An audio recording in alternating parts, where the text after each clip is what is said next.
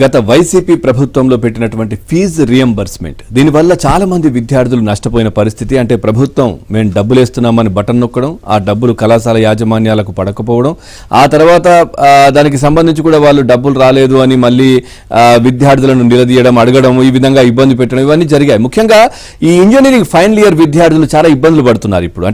ఇప్పుడు వాళ్ళ course అయిపోవస్తోంది, so డబ్బులు ఇంకా పడలేదు, వాళ్ళకి డబ్బులు ఇవ్వలేదు. సో ఆ నేపథ్యంలో వాళ్ళ దగ్గర జాయిన్ చేసుకునే సమయంలో కూడా 10th కావచ్చు, ఇంటర్మీడియట్ సర్టిఫికేట్లు వాళ్ళ దగ్గర యాజమాన్యం దగ్గర పెట్టుకున్నారు. ఇప్పుడు అవి ఇవ్వాలి అని అంటే మీరు డబ్బు కట్టాలి అన్న పరిస్థితి తలెత్తింది. వాళ్ళు ఉద్యోగాలు రాక, ఎందుకంటే ఎక్కడికి వెళ్ళినా కానీ సర్టిఫికేట్ చూపించమంటారు. సో చాలా ఇబ్బందులు పడుతూ ఉన్నారు విద్యార్థులు గత ప్రభుత్వం తీసుకున్న నిర్ణయాల వల్ల. దానికి సంబంధించి చూస్తే గత వైసీపీ ప్రభుత్వం పెట్టిన ఫీజు రియంబర్స్మెంట్ బకాయిలు, ఇంజనీరింగ్ కాలేజీల తీరుతో ఇంజనీరింగ్ ఫైనల్ ఇయర్ విద్యార్థులు ఉద్యోగాలు కోల్పోయే ప్రమాదంలో పడ్డారు.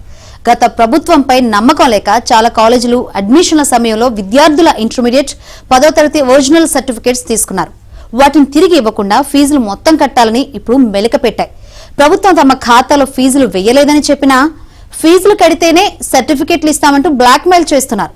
దీంతో ఇంటర్వ్యూలో ఉద్యోగాలకు ఎంపికయ్యే దశలో సర్టిఫికేట్లు లేక ఉద్యోగాలు కోల్పోయే దుస్థితి వచ్చింది.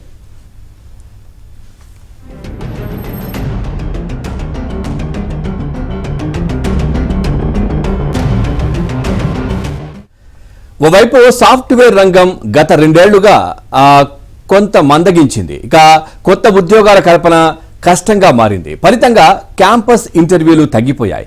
ఈ తరుణంలో విద్యార్థులు కష్టపడి ఉద్యోగాలు సాధించుకుంటుంటే వాటికి కాలేజీల యాజమాన్యాలు అడ్డుపడుతున్నాయి. విద్యార్థుల జీవితాల కంటే తమ ఫీజులే ముఖ్యమనే తరహాలో వ్యవహరిస్తున్నాయి. గత ప్రభుత్వం ఫీజులు చెల్లించక, కాలేజీలు సర్టిఫికేట్లు ఇవ్వక తల్లిదండ్రులు తీవ్ర ఆవేదన వ్యక్తం చేస్తున్నారు. దీనిపై చర్యలు తీసుకోవాల్సిన ఉన్నత విద్యాశాఖ, ఉన్నత విద్యా కమిషన్లు మౌనం దాల్చాయి. ఇప్పుడు కొత్త ప్రభుత్వం కొలువుదీరడంతో ఈ సమస్య ఇంకా నూతన ప్రభుత్వం దృష్టికి వెళ్లలేదు. ఫీజుల బకాయిల వివరాలు ఇవ్వాలని మానవ వనరుల అభివృద్ధి శాఖ మంత్రి నారా లోకేష్ మొదటి సమీక్షలో అధికారులను ఆదేశించారు. అయితే కాలేజీలు సర్టిఫికేట్లు తీసుకున్న విషయాన్ని అధికారులు మంత్రికి వివరించలేదు.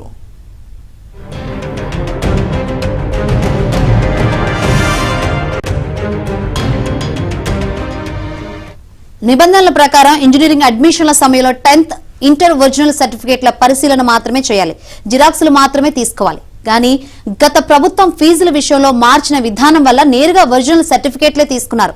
అంతకుముందు తెలుగుదేశం ప్రభుత్వంలో ఫీజు రియంబర్స్మెంట్ కింద వేసే ఫీజులను ప్రభుత్వం నేరుగా కాలేజీల ఖాతాలో వేసేది. దీంతో ఫీజుల అంశం ప్రభుత్వం, కాలేజీల మధ్య ఉండేది. కానీ గత వైసీపీ ప్రభుత్వం పారదర్శకత పేరుతో ఫీజులను తల్లిదండ్రుల ఖాతాలో వేసే విధానం తెచ్చింది. అయితే ఏ విద్యా సంవత్సరంలోనూ సక్రమంగా ఫీజులు విడుదల చేయలేదు. ఏటా 3 క్వార్టర్ల ఫీజులు పెండింగ్ లో పెడుతూ వస్తుంది. దీంతో 4 ఏళ్ల బీటెక్ కోర్సు చదివిన విద్యార్థులకు చివరి సంవత్సరంలో ఇబ్బందులు ప్రారంభమవుతున్నాయి. చివరిలో మొత్తం ఫీజులు కడితేనే ఫీజులు చెల్లిస్తామని కాలేజీలు మెలకపెట్టి మొత్తం ఫీజులు వసూలు చేసుకుంటున్నాయి. సర్టిఫికేట్లు కీలకం కావడంతో తల్లిదండ్రులు అప్పులు చేసి ఫీజులు కడుతున్నారు. ఆ స్తోమత లేని వారి పిల్లలను ఇంటర్వ్యూలకు కూడా పంపలేకపోతున్నారు. ఇప్పుడు వేలాది మంది విద్యార్థులు ఈ పరిస్థితి ఎదుర్కొంటున్నారు.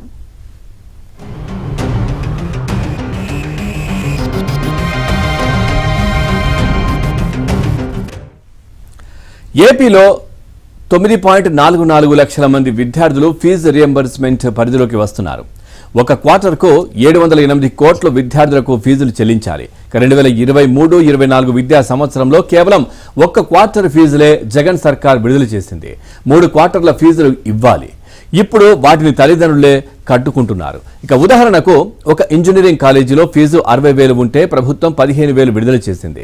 మిగిలిన 45,000 తల్లిదండ్రులు సొంత డబ్బుతో కట్టుకుంటున్నారు.